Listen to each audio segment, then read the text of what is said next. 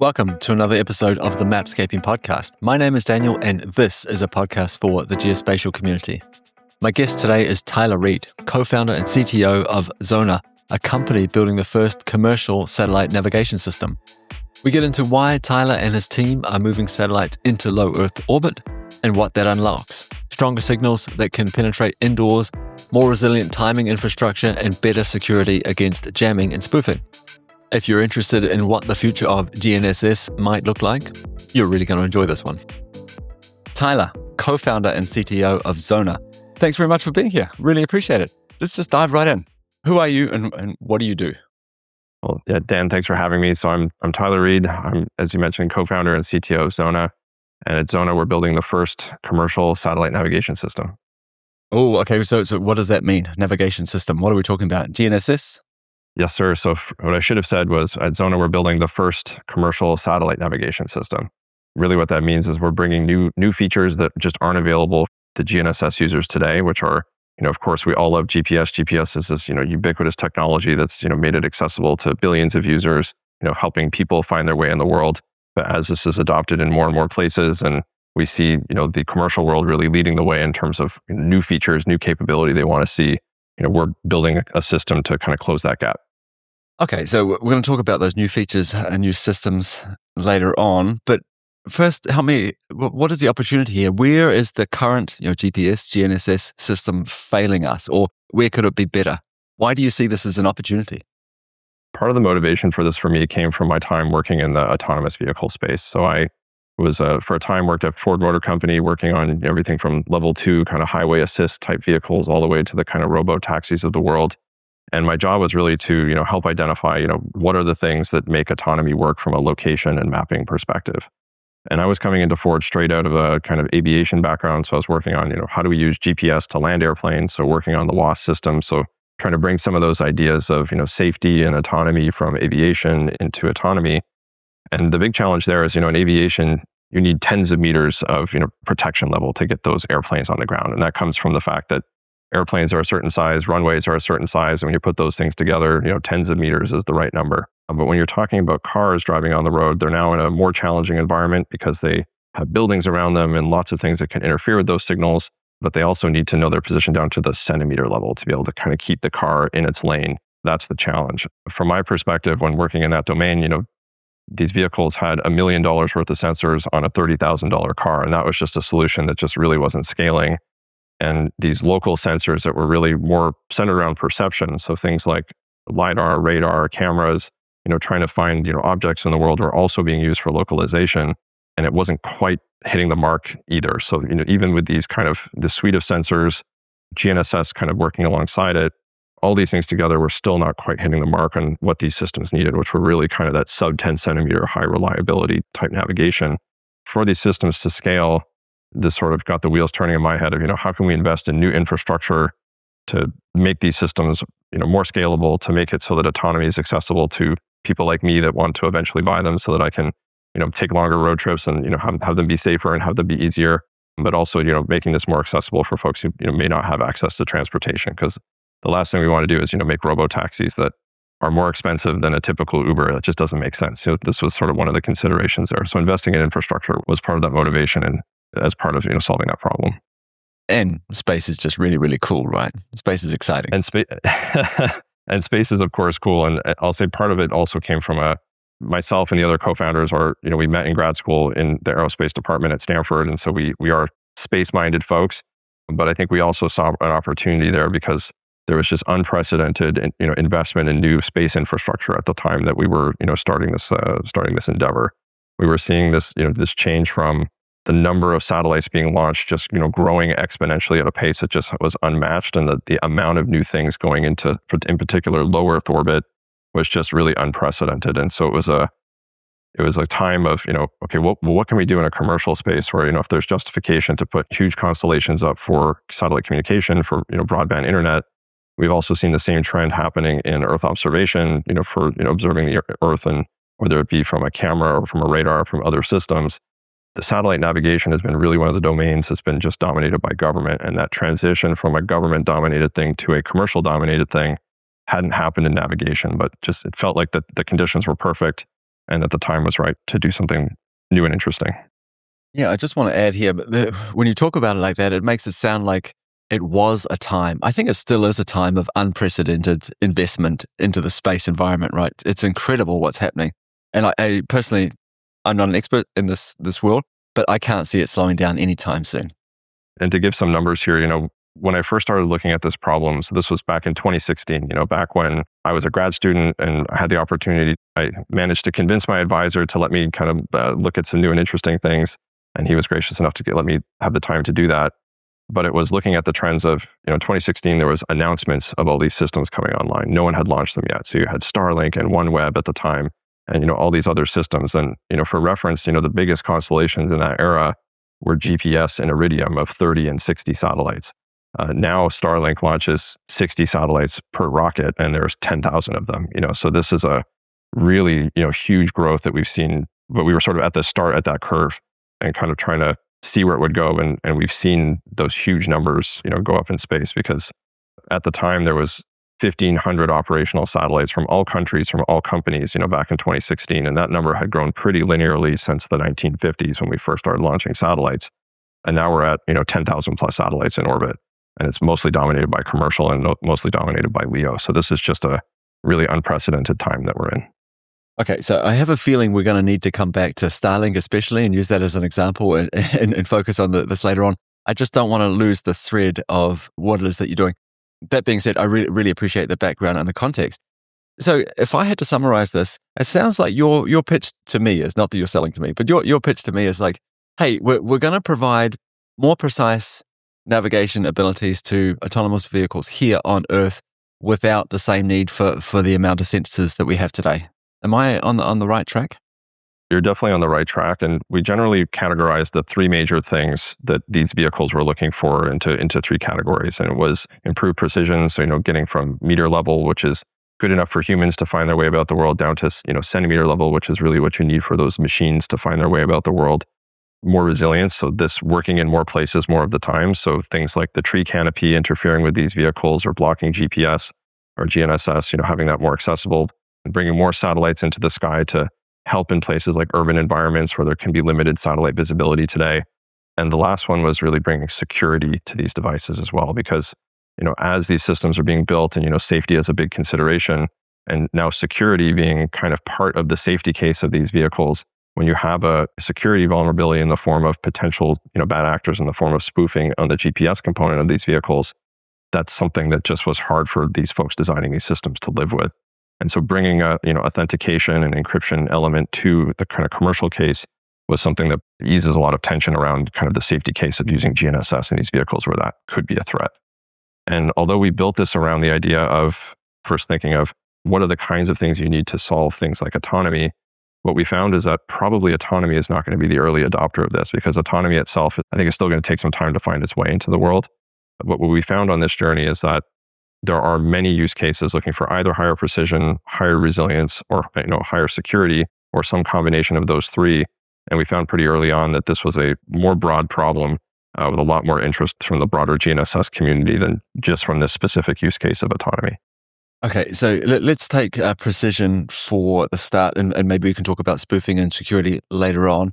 Precision, is this achieved, like this higher precision that you're talking about? I want to say coverage, but like maybe better penetration is a word we could use here. You talked about stronger signals under tree canopies as an example, and I'm going to oversimplify everything here, so you're going to have to help me out. Is this simply achieved by coming into low Earth orbit, where the current GNSS satellites are they 30,000 kilometers away from Earth?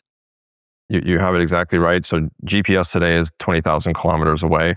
So right out there in medium Earth orbit. And I think most of the other systems are right about there. So GPS, Galileo, Beto, GLONASS are kind of right in that medium Earth orbit. We're about 20 times closer than that to the Earth. So we're around 1,100 kilometers orbit at altitude. And that brings us some new and interesting properties to the visibility of these satellites. And this is one of the things that helps us with this, this high precision element. And part of that is that because we move very quickly across the sky, there's kind of more geometric information in that than something that stays more fixed in the sky, as you can imagine. So a GPS satellite that is relatively kind of in the same place for many hours doesn't necessarily offer something different over time. It's sort of statically there, which has its use, but it's it's sort of limited in its geometry information. Whereas if you have a LEO satellite kind of zipping across the sky in a few minutes, you've now kind of scanned the whole sky with these satellites going across. And so there's a certain richness in the geometry of that information.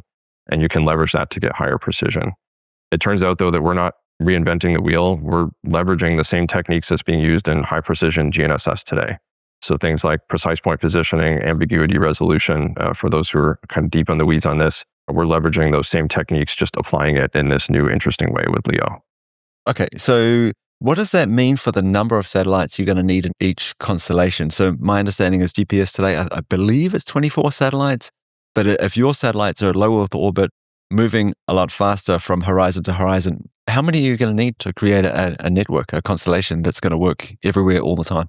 The ratio is about 10 to 1. And because the footprint of our satellites is about 10 times smaller than you would get from a MEO satellite 20,000 kilometers away, we need about 10 times that factor. So you said earlier, GPS is baseline around 24 satellites.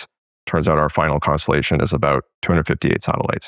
That one trade-off of LEO is you need more satellites to get the job done compared to something like GPS. And so we're ultimately aiming for about the same number of satellites as you would see with a GPS or Galileo constellation. So this is offering a similar visibility to one of those core constellations you see today.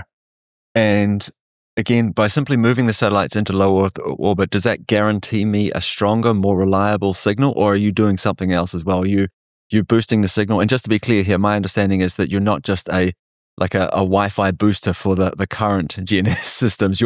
That's your own signal that you're sending out, and this will tie into security later on. So what are you doing to provide that stronger signal? Just moving the satellites into low Earth orbit, is that enough, or is there something else going on? There's two factors at play to get the stronger signal power. One is moving that satellite closer to Earth. So it turns out if you take that same transmitter from MEO and bring it into LEO, you get almost a factor of 10 increase in the signal power just by doing that. But to get a factor of 100, which is our target for our system, you need to boost the power again. So then you just basically turn up the power at the transmitter to get that number. And so when you put all those things together, the satellites that we need to support that, it's a 3 kilowatt class satellite. So this is a kind of 250 kilogram plus satellite. So this is not a kind of CubeSat size satellite in LEO. This is a really kind of sizable satellite to put that kind of power on the ground for the end user. And so better signal under canopies. What about inside buildings? This would be the silver bullet if you could do that. To get inside buildings, so maybe to take a step back. So, we're operating in L-band just as GNSS is today. And so we're subject to the same physics as L-band. And to penetrate indoors, a rough rule of thumb is often, kind of 10 dB per wall. So to get inside of a typical office building, that kind of 10 to 20 dB, gets you into a lot of places a lot of the time. And so that was always our target, to get into that kind of 10 to 20 dB territory. And so by being in L-band, that also allows us to be very easily adoptable into the existing user equipment out there. And so this was really one of the big unlocks for us, was being able to be in L-band close by to the existing GPS signals today, so that the same receivers can be used, or at least the same receiver hardware can be used with some modification, typically to the software on the receiver or the firmware on the receiver. And we've even seen instances now where some of our partners have taken receivers that are 8 years old, changed the firmware, and now it's using our satellite that's in space today. So this is not just a theoretical exercise. This is something we've seen with real products out there in the world. Wow. But so this wouldn't be a solution to navigation indoors. This would be kind of that, I don't want to say the messy middle, but that overlap, right? So it'll work maybe closer to the walls inside office buildings, but it's not going to be like the end solution, the final solution to indoor navigation, where everything is just seamless between outdoor and indoor. Is that correct? We're really trying to help solve that problem. We think we're one more tool in the toolbox in solving that. To give an example, so we do tests of indoor capability all the time with our satellite that we have in space today. We launched our first production satellite just over a year ago. And so we do, passes over our facilities, constantly, and we're constantly recording, what kind of things can we do with this satellite that, help tell the story of, what its capabilities are. And one of the things we've been able to do is, consistently penetrate indoors into not just one office building, but, several different office buildings to show that, this works not just in one particular place in one spot, but that it shows in kind of a breadth of different places. So we're still stress testing exactly, where and where it doesn't work.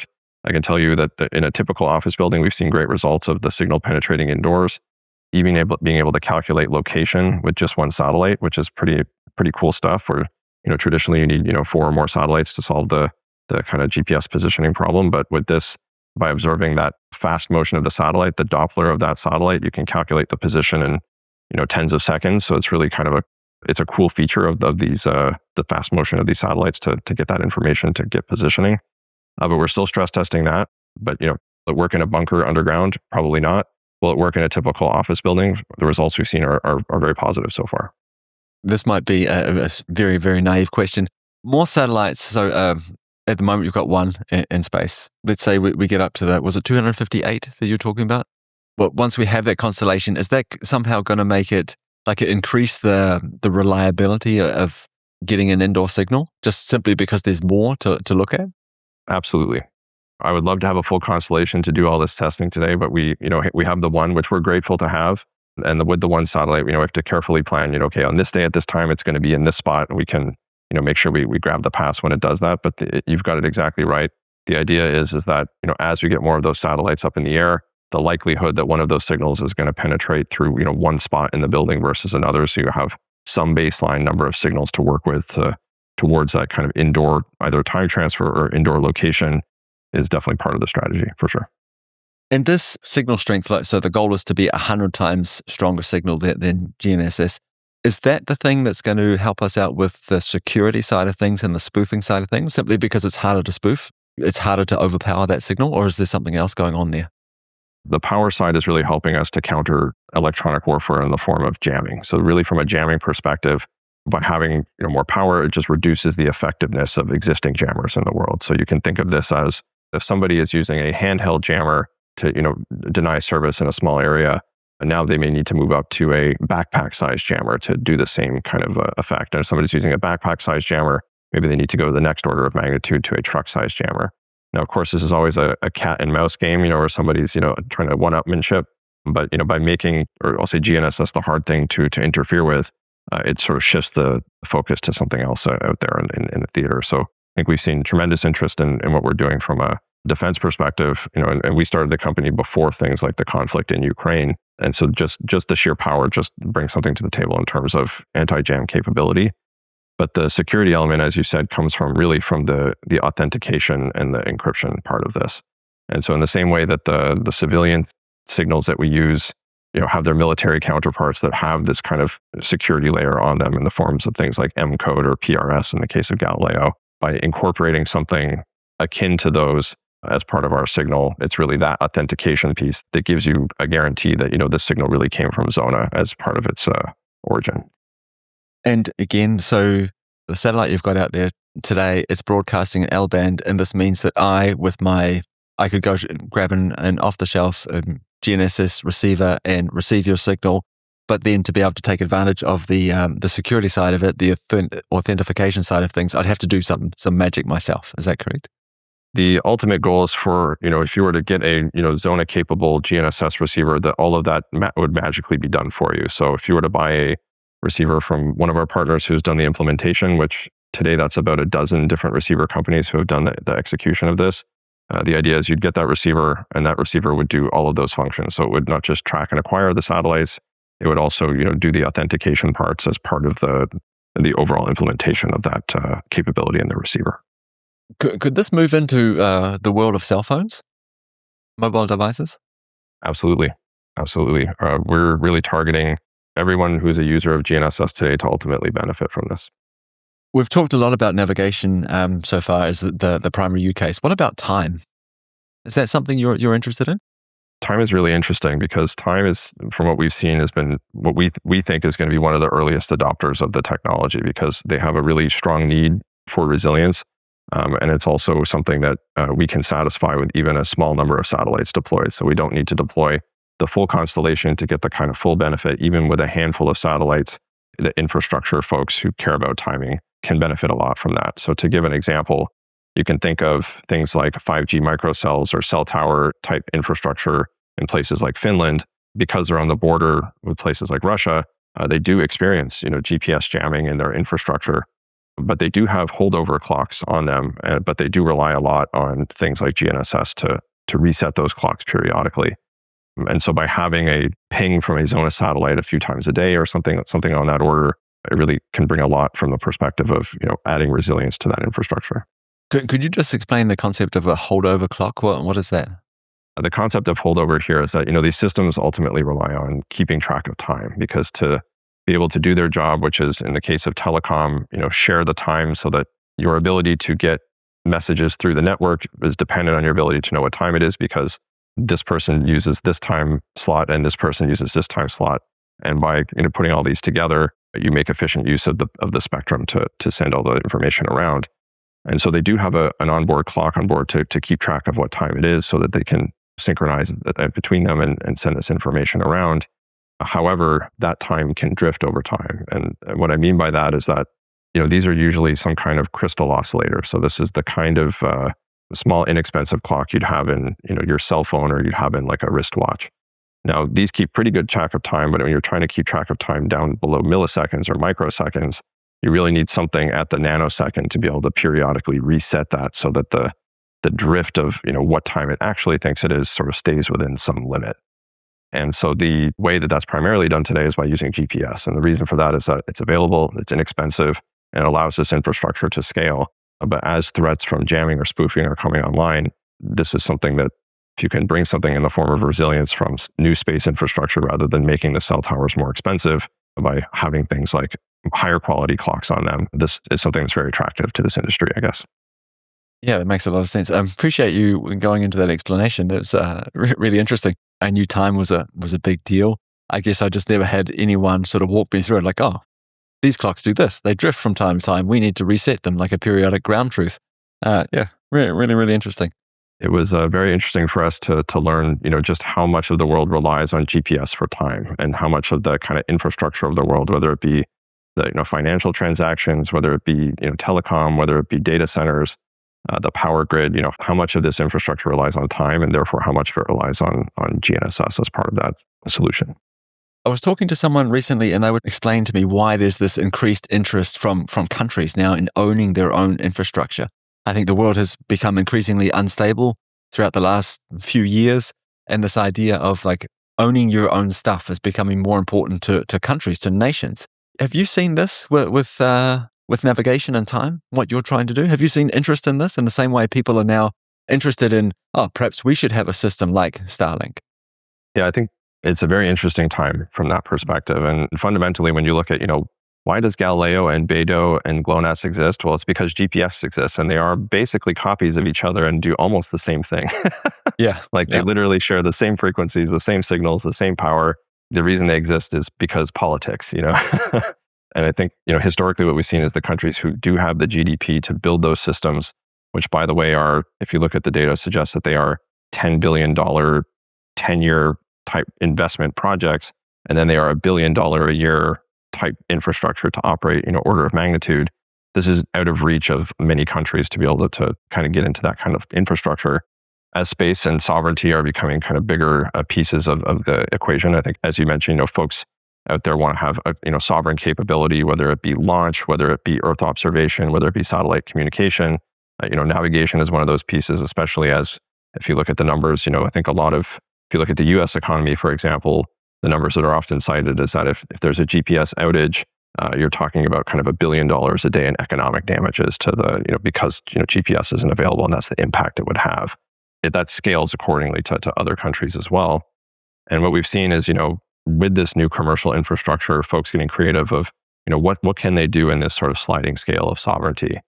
And so early examples of this is we're already working with 2 different countries on how we can distribute a different source of time than what's historically been distributed from the GNSS constellations.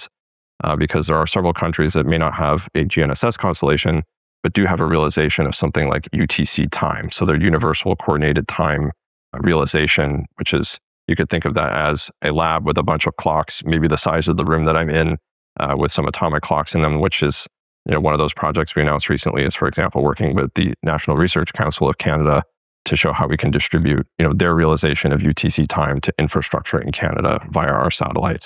But there's no reason we couldn't do that for other countries as well, which is, why we're working with some others towards that goal as well. But I think there's a lot of interesting things that this unlocks, which was previously not conceivable with, these more nation state oriented, infrastructure sets, as to what this can unlock for different countries from a sovereignty perspective. And so this is, I think, a really interesting time for that. Yeah, and I appreciate you bringing that up. The reason why these different GNS constellations exist is simply because the other ones exist, and we're afraid someone might turn it off. I think at the end of the day, right? So we'd like to have some sort of ownership over it, and we have to see this kind of infrastructure as critical infrastructure. It's invisible, but it's critical. The world would be a very different place if someone did just turn them all off today. Leo, so you're in low Earth orbit. You touched on it before. The current GNSS satellites, they were designed a long, long time ago. Is this an advantage for you? So you're in Leo, your satellites are not going to have the same lifespan. At least that's my guess, as the current GNSS satellites. Is this an advantage or a disadvantage? I can imagine you can move a bit faster. You can update your hardware because it's in low Earth orbit. They're going to fall out of the sky. You're going to push a new one up there, that kind of thing. But maybe you could add some more sort of details around that. It's really interesting to see how the posture of, like, let's call it traditional aerospace versus this new kind of LEO space are building and designing satellites. And if you look at some of the GPS satellites, like some of them are literally some of the oldest operating satellites up there in space today. Some of them are literally older than many members of our team. Like this is like they're in the 20 plus years old.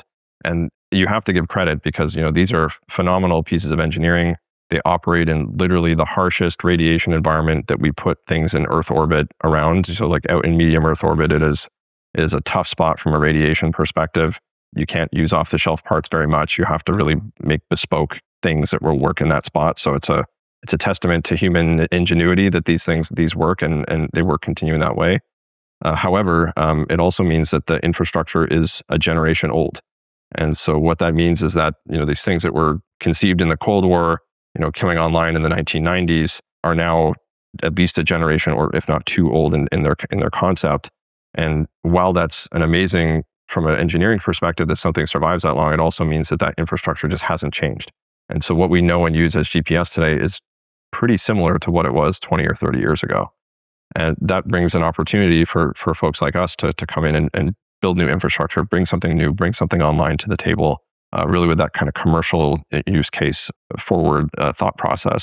And I think that with that, there's an opportunity to build something new, but also there's an opportunity to think about that refresh cycle, as you mentioned. So do you build something that is meant to be a 10 or 20-year satellite, or do you build something that's intentionally only a 5-year satellite so that new capabilities coming online more often? And we're more in that camp, which is more the camp you find folks like Starlink in today. Yeah. So it's just an idea that struck me. And again, this might be the world's most naive question. We've been talking about navigation and timing here on Earth. Can these systems, like in the future, will they be used to help objects in space navigate? We think absolutely. There are already folks who have approached us who are interested in using our signal in space because they themselves today rely on GPS or GNSS for their operation. So you can imagine something like Earth observation, taking pictures of the Earth. They need to know pretty precisely where they are in orbit to figure out exactly where that picture was taken.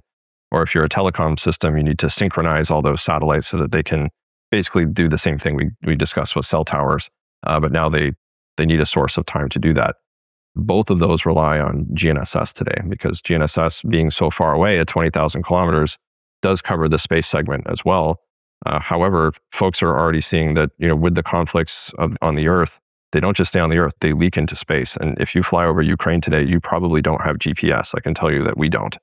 And so this is already something that, because of the jamming that is happening on Earth affecting the space operations, folks are looking for something different that isn't available to them today. And although we're in Leo, we're in a kind of high point in Leo. So we're up at around 1,100 kilometers. It turns out that the Earth observation folks and the communication folks want to be as close as possible. So they want to be at that kind of 500 kilometer altitude, because if you're taking pictures, you want to be as close as you can for good resolution. And if you're doing communication, well, the further you are, the longer the delay. You want that delay to be as short as possible. So all these things drive those systems to be kind of at that 500-600 kilometer range. And so what that means is that up at 1,100 kilometers, we actually bring a lot to the table for those folks to make their operations more resilient. So Tyler, we've covered a lot of ground already in the conversation. I appreciate that. But going back a little bit here, I realize now I haven't done a great job of sort of uncovering or talking about the signal. So you've mentioned before it's relatively easy to integrate, and you've got these trusted partners around the world now that are making hardware where it's natively integrated. So that tells me the signal is very close to what developers and antennas are currently using today from the existing GNSS networks. Are you not interfering with those signals? Is there a danger here with your 100 times stronger signal that you're not part of the spoofing problem yourselves? I can tell you that's a question that we've gotten thousands of times. And as we should, because, there's certainly instances where, in the past, you've seen things like Legato and Light Squared, potentially causing interference to GNSS and folks fighting back against those to protect the GPS that we all share and all use. With all of us coming from a GPS background, we really came at this with how do we protect GPS and the spectrum first? Because, it doesn't make sense for us to build a system that is interfering with already the good systems that are out there in the world. We want to bring something that complements and adds value, not something that, in any way kind of, brings down the capability of the existing systems. And I can tell you when we first started this journey, the bottom line we got from most folks was you will never be able to operate in and around those frequencies because it's already too full. You've got GPS, Galileo, Beto, GLONASS, everyone's right there on top of each other. And by the way, no one from the commercial world has ever done this. So could you even do it? I'm pretty sure it's just governments that can operate there. But through a combination of just being too stubborn to take no for an answer, but also trying to think outside the box of what has been done before. Because I think a lot of folks, when they said, well, it cannot be done, they were thinking, well, you cannot put another GPS signal copy in there. You can't put exactly the same thing in there because that's going to cause more interference to a system that already has maybe too much interference from all these systems, existing in the same spot. And as we mentioned earlier, they really are copies of each other. They really kind of put a lot of things in L-band in the same places because of the decades ago, there was some ease of integration having these things together. What we did is we thought, okay, if you were going to put in a new signal into that space, one is where would you put it? So don't put it right on top of the same exact center frequencies where GPS is operating today. Look at the spaces, nearby or adjacent to them. And the other is, let's think of some different modulations that maybe the folks who were designing GPS in the 1970s may not have had access to or hadn't been, dreamed up yet.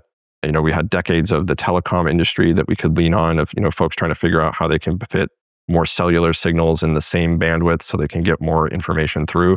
So we had the benefit of all those years of research and development. And so we took a signal that was very bandwidth efficient, but very similar in terms of its form and function to GPS. So that it was familiar enough for those integrating it into their devices, but also something that didn't step on the existing frequency. So it would, sit in its spot, not step on the other systems, but also feel very similar in terms of its implementation to the other folks. And so while it's easy to integrate, the effort was really in thinking up that signal and also the international coordination of making the story, convincing folks that we weren't going to cause interference to those other systems. And that's a journey that probably someone will write a book about at some point. I can imagine. I'm sure a lot of time and effort is going into measuring your satellite signal against the existing networks and saying, look, they're not interfering against, with each other at all. If I'm a developer, how do I integrate this? If I'm a hardware builder, if I'm a software developer, what do I do? So I know you've got a satellite up in space at the moment. I guess I could start testing against that. How would I go about that? Certainly the easiest way is to get a receiver from one of our partners. And I'll say our approach to this has always been, let's not reinvent the wheel. Let's not ourselves try to build satellites and receivers and all of the things all at the same time. There's a really healthy receiver community that already services so many different things in GPS. And to quote our CEO, he likes to always say, everything from F-22s to dog collars uses GPS. And trying to think of, one chip that satisfies all of those use cases is very, very difficult, which is why there's, dozens of receiver companies that make things for specific markets. Folks focus on smartphones, other folks focus on civil aviation, and the price points of these things are orders of magnitude different. But if we can work with those dozen or so receiver companies, then that gives us kind of that force multiplier into all those different industries because they've already figured out how to optimize, what is the thing that makes sense for those industries that they service. So happy to report that have already done the integration with more than 12 different receiver partners, and that really ranges from everything from smartphones to the kind of things you'd find in civil aviation. And so really kind of a broad spectrum of things. And a lot of these have gone through what we call our verification program, which is to facilitate that adoption, to facilitate the integration. We've built basically a verification program that as folks build it out, we have developer tools to help them integrate it into their receiver to test that it's correct, so that when folks want to do development, with a piece of kit that Xona enabled, they can go to our website and see that this is fit for service and that you can start working with it right away. Yeah. Again, maybe a naive, silly question. When you integrate with the existing manufacturers, hardware providers, do I, as the end user, am I going to know that I'm using your signal or someone else's signal? You talked about that story convincing people that this is better for these specific use cases. How would I know? How would I know as the end user? Is this designed to be invisible, or is that going to be part of the experience where I know, like, oh, powered by Xona? I don't know, but maybe you can help me out here. It's one of those things where like so many things in the geospatial world, it depends. And the reason it depends is that there are some folks that really don't care, whether it's Xona or GPS or anything. They just want to know that they have a position and they can rely on it. And so for some of you can imagine like Internet of Things type use cases, like the kind of folks who really just care that they have a position. Does it need to be safety critical or reliable? Maybe not. I just care that I have something. I think those folks, whether it comes from GNSS or Xona, it matters less than it just works. But there are other folks that do care where the source comes from, because you can imagine if you're maybe more military operation, you care that you can rely on your GPS signal that has this characteristic with this kind of security, and maybe the Xona signal is the backup signal to that in some specific scenario. And so I think that there's a broad, I guess, set of use cases. Some folks care very much. Some folks really don't care at all. So this is partly why we work with all these different partners, because they understand their customer very well, and that lets us calibrate against that. I've drawn a little diagram for myself here while you're talking, and I was thinking about the overlap between navigation outside, inside, and then maybe perhaps like machine to human. You mentioned this phrase to me in a pre-interview, and I thought it was fascinating, because that requires a certain amount of precision, right? But that overlap, and I could imagine Xona fitting into obviously outside, and then overlapping into the inside, indoor navigation, and then something else takes over, and then something else takes over again. Where do you think this ends? Like, is it like millimeter precision? Is that going to be enough at the end of the day? Like, could you offer us a perspective of like perhaps where we've come from and where we're going in terms of navigational precision? I love this topic, and I've spent maybe too much time on it in my life. But I think if you look at the last 100 years, so 20th century and 21st century, how navigation has evolved in terms of what are the tools, what are the things that we use, how good does it need to be, what's using it. It's a really interesting journey, because we've seen huge exponential increase in capability in the last 100 years. And if you look at in the early 1900s, like the state of the art was what the mariners used. They're using sextants and marine chronometers to figure out their latitude and longitude, and they were getting kilometers of accuracy. And that was like, oh my gosh, if you're in the middle of the ocean and you know your position to kilometers, like this is huge, And I think a lot of folks in that era would have been like, well, why would you ever need to know better than that? Like you're out in the middle of the ocean and kilometers is good. But then, aviation came around, and then suddenly aviation, still used things like sextants and chronometers to figure out where they were on kind of long haul flights.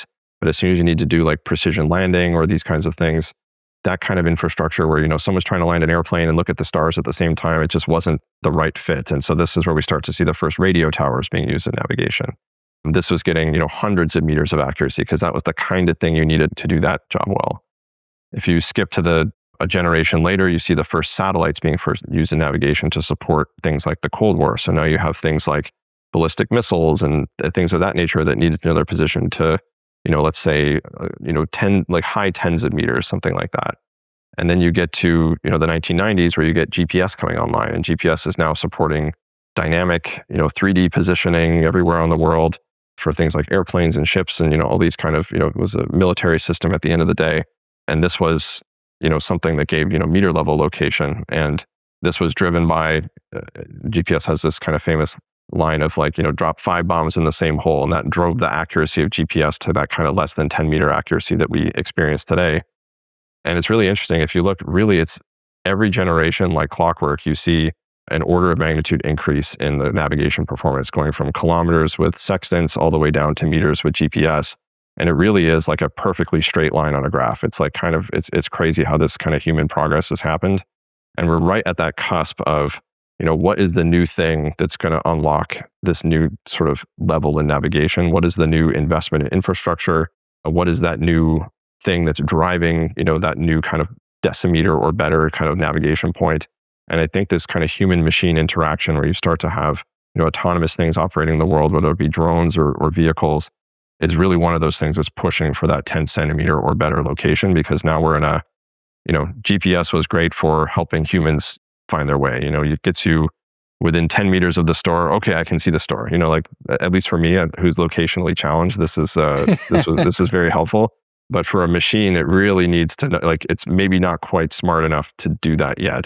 And so, how it gets to that, final kind of 10 centimeters to get to the exact spot where it should stop.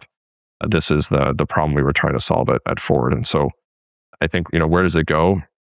Well, I think once you start getting down to that centimeter or millimeter or even better type, knowledge of where things are, you start to get into not just human machine interaction, but like to the level of human experience where things become more seamless.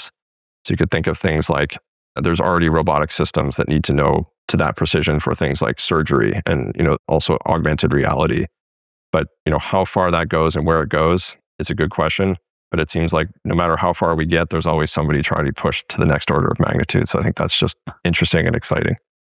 Yeah, absolutely. It also occurred to me when you were saying that, the robot needs to, how do we get it to the store? As an example, how do we get the robot to the store? Well, it needs another level of navigation. Maybe it's not great enough just to identify that this is the store in every conceivable edge case. It also occurred to me that it's not just the robot. That robot is probably part of some sort of network, whether it's a human at the other end of it or another robot somewhere else, and they need to know where they are relative to each other as well. So we've added that extra little twist onto the navigational side of things, I think. I think so too. And I think what's really exciting is thinking about we're at this transition point where I think something like GPS helped, I think, almost everyone know where they are in the world. So but I think we're transitioning to a place where almost everything knows where it is. And I think we already see signs of this where I use air tags to find my car keys. You know what I mean? This is the first signs of it. But I think we're getting at that point where almost everything, has some awareness of where it is in the world. And I think that's where that ultimately leads to, I think, is, just a greater understanding from a geospatial perspective of how we use our world. So how do things move through our world? Where are the things? Where are the spots where nothing ever goes? And why is that true? And I think that leads to some just very interesting perspectives on, how we use the physical spaces in our world. Yeah. And I think too, again, not just where they are, but how do they move from here to there? Exactly. How do they get around the world as opposed to that? We're not just dealing with a bunch of static objects anymore. Absolutely. Yeah. How they move through the world that's the very interesting thing, I think. Yeah. Hey, Tyler, this is probably a great place to round off the conversation with this sort of thought leadership you provided to us towards the end. Really appreciate it. Thank you so much for your time. It's fascinating. I wish you all the best. Before I let you go, though, where can people go if they want to learn more, if they want to find out more about what it is you're doing and maybe follow along? Yeah, please. I highly encourage you to. So I'll start by saying, Daniel, thank you for having me. It was a pleasure to speak with you. It was really nice to be on the podcast, and I'm a huge fan, so appreciate all the work that you're doing. And if you're interested in learning more about Xona, I encourage you to check out our website, zonaspace.com, or please feel free to reach out to me on LinkedIn. We're happy to chat with folks. Cool. I'll be sure to take you any posts. Very good. Thank you, Daniel.